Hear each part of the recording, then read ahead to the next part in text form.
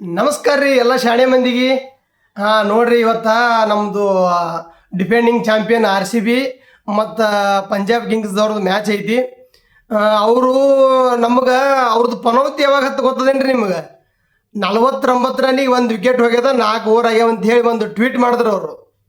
ಆ ಟ್ವೀಟ್ ಏನು ಮಾಡಿದ್ರಲ್ರಿ, ಅವ್ರ ಟೈಮ್ ಸುಮಾರು ಶುರು ಆಗಿದ್ದು ಅದೇ. ಆ ಟ್ವೀಟ್ ಯಾವಾಗ ಮಾಡಿದ್ರು ಅವಾಗಿನಿಂದನೇ ಅವ್ರ ಟೈಮ್ ಅವ್ರಿಗೆ ಇದು ಹತ್ತಿಬಿಡ್ತು.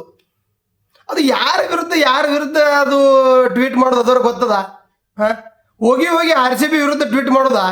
ಇನ್ನೂ ರಗಡ 10 ಟೀಮ್ ಅದಾವ, ಅವಕ್ಕೆ ಮಾಡಿದ್ರೆ ಒಂದು ಅವು ಅಡ್ಮಿನ್ಗಳು ಏನದಾವ ಅದಕ್ಕೆ ರಿಪ್ಲೈ ಕೊಡ್ತಾರ.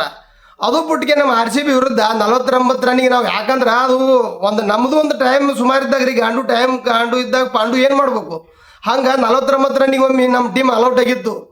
ಅದನ್ನು ಇವರು ನಮಗೆ ಇದು ಮಾಡೋರು, ಹೆಸಿಟೇಟ್ ಮಾಡೋರು. ಅದಕ್ಕೆ ನಮ್ಮ RCBದು ಅಡ್ಮಿನ್ ಬಿಡ್ತಾನ್ರೆ, ಅದೇನು 49 1 ಅಂತೇಳಿ ಹಾಕಿದ್ನಲ್ಲ, ಅದಕ್ಕೆ ಅವನು ರಿಪ್ಲೈ ಕೊಟ್ಟಾನ ಕಂಪಲ್ಸರಿ. ಇವ್ರು ನೋಡ್ರಿ KKRದವ್ರು ಹೊರಗೆ ಹೊಂಟಾರ, ಅವನು ಅವ್ರ ಸುತ್ತಿಯಾಗ ಅದು ಇದ್ರೊಳಗೆ ಇದು ಸಿಗ್ನಲ್ ಇದು ಇರ್ತದಲ್ಲ ರೆಡ್, ಇದು ಅದ್ರೊಳಗೆ 49 ಅಂತೇಳಿ ಬರೋದು ಅವರೊಂದು ಪೋಸ್ಟ್ ಮಾಡಿದ್ರು. ಅದಕ್ಕೂ ಇವ್ರು ಹಳ್ಳಿ ಹಸಿರಿಗೆ ಲೈಟ್ ಕೊಟ್ಟಿಗೆ ಅದ್ರೊಳಗೆ RCB ವಿನ್ ಅಂತೇಳಿ ಬರೋದು ಹಳ್ಳಿ ಇವರು ಪೋಸ್ಟ್ ಮಾಡಿದ್ರು. ಅದಕ್ಕೆ ನಾವು ರುಬ್ಬುದ್ರಾಗ ನಾವೇನು ಕಮ್ಮಿ ಇಲ್ಲರಿ ನಮ್ಮ ಟೀಮ್ ಮ್ಯಾನೇಜ್ಮೆಂಟ್ದವರು. ಸೊ ಅದಕ್ಕೆ ಹಂಗೆ ನೀವು ನಮ್ಮ ವಿರುದ್ಧ ತಿಂಡಿಗೆ ಬಿದ್ದು ಮಾಡಕ್ಕೆ ಹೋದ್ರಿ, ಇದು ಮಾಡಕ್ಕೆ ಹೋದ್ರಿ ಅಂದ್ರೆ ನೀವು ಪನೌತಿ ಹತ್ತೇಬೇಕು. ಹೋದ ಸಲನೇ ಹೊಡೆದು ನಿಮಗೆ ಸೋಲಿಸಿ ಮನೆಗೆ ಕಳಿಸೀವಿ, ಅದು ಇಟ್ಕೋಬೇಕು ಇಲ್ಲಿ ನೀವು.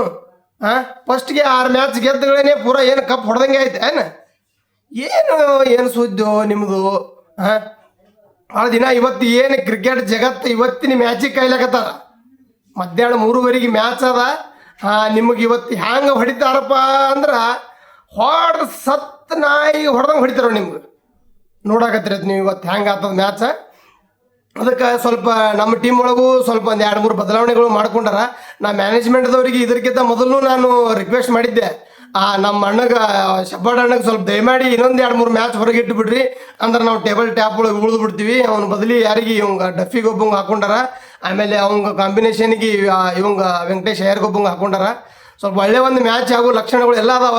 ಆದ್ರೆ ಇದು ಬಿಸಿಲಾಗ ಇಟ್ಟಾರಪ್ಪ ಇವತ್ತು ಸಂಡೇ ಅಂತೇಳಿ. ಸುಮ್ಮನೆ ನಮಗೆ ಸೆಕೆಂಡ್ ಮ್ಯಾಚ್ ಇಟ್ಟರೆ ನಡೀತಿತ್ತು. ಅದೆಲ್ಲ ಅಡ್ವಾನ್ಸೇ ಡಿಸೈಡ್ ಆಗಿರ್ತಾವ. ಇರಲಿ, ನಮಗೇನು ಮಧ್ಯಾಹ್ನ ಇದ್ರು ಆಟೆ, ರಾತ್ರಿ ಇದ್ರು ಆಟೆ, ಹೊಡಿದು ನಾವೇ ಹೊಡಿತೀವಲ್ರಿ. ಮತ್ತು ಬೇರೆದವ್ರಿಗೆ ಟೀಮಿಗೆ ತೊಗೊಂಡು ನಾವೇನು ಮಾಡಮ್ಮ?